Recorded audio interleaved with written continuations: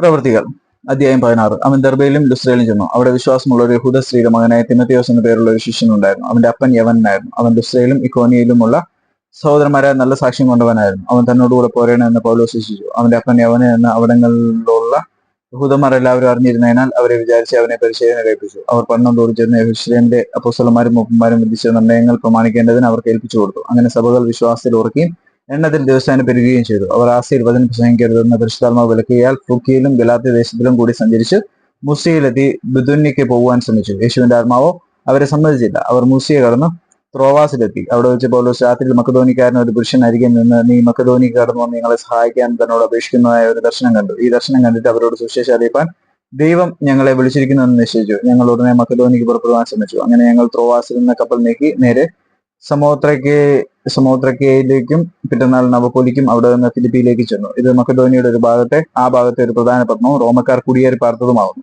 ആ പട്ടണത്തിൽ ഞങ്ങൾ ചില ദിവസം പാർത്തു. ശബത്ത് ഞങ്ങൾ ഗോപുരത്തിന് പുറത്തേക്ക് പോയി അവിടെ പ്രാർത്ഥനാ സ്ഥലം ഉണ്ടായിരിക്കുമെന്ന് ഞങ്ങൾ വിചാരിച്ച് പുഴവക്കത്തിരുന്നു.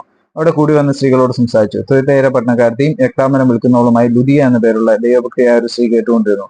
പൗലോസ് സംസാരിച്ച് ശ്രദ്ധിക്കേണ്ടതിന് കർത്താവ് അവളുടെ ഹൃദയം തുറന്നു. അവളും കുടുംബവും സ്നാനമേറ്റ ശേഷം നിങ്ങൾ എന്നെ കർത്താവിൽ വിശ്വസ്ത എന്ന് എണ്ണിയിരിക്കുന്നുവെങ്കിൽ എന്റെ വീട്ടിൽ വന്ന് പാർപ്പിൻ എന്ന് വിളിച്ച് ഞങ്ങളെ നിർബന്ധിച്ചു.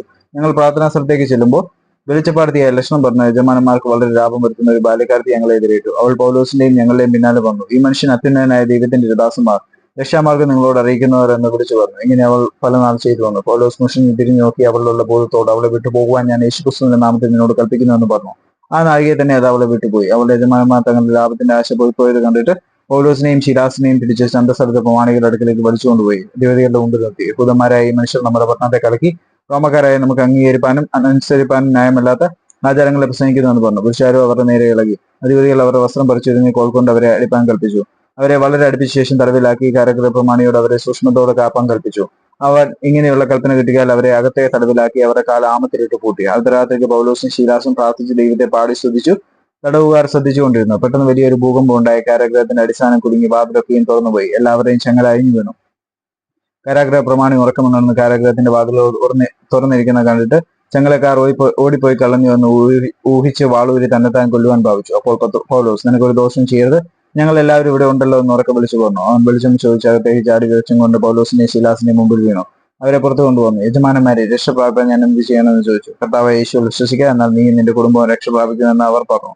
പിന്നെ അവർ കർത്താവിന്റെ വചനം അവനോടും അവന്റെ വീട്ടിലുള്ള എല്ലാവരോടും പ്രസംഗിച്ചു. അവൻ രാത്രിയിൽ ആ നാഴികയിൽ തന്നെ അവരെ കൂട്ടിക്കൊണ്ടുപോയി അവർ മുറിവുകളെ കഴുകി താനും തനിക്കുള്ളവരെല്ലാവരും താമസിയാതെ സ്നാനമേറ്റു. പിന്നെ അവരെ വീട്ടിൽ കൈക്കൊണ്ട് അവർക്ക് ഭക്ഷണം കൊടുത്തു. ദൈവത്തിൽ വിശ്വസിച്ചതിനാൽ വീടടക്കം ആനന്ദിച്ചു. നേരം പുലർന്നപ്പോൾ അധിപതികൾ കോൽക്കാരെ അയച്ചു ആ മനുഷ്യരെ വിട്ടയക്കണമെന്ന് പറയിച്ചു.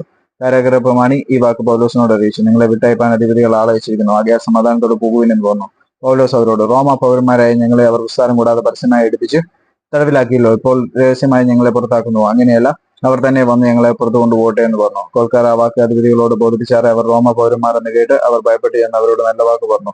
അവരെ പുറത്തു വന്ന് പട്ടണം വിട്ടു പോകണമെന്ന് അപേക്ഷിച്ചു. അവർ തടവ് വിട്ട് ലുദിയയുടെ വീട്ടിൽ ചെന്ന് സഹോദരന്മാരെ കണ്ട് ആശ്വസിപ്പിച്ച ശേഷം പുറപ്പെട്ടു പോയി.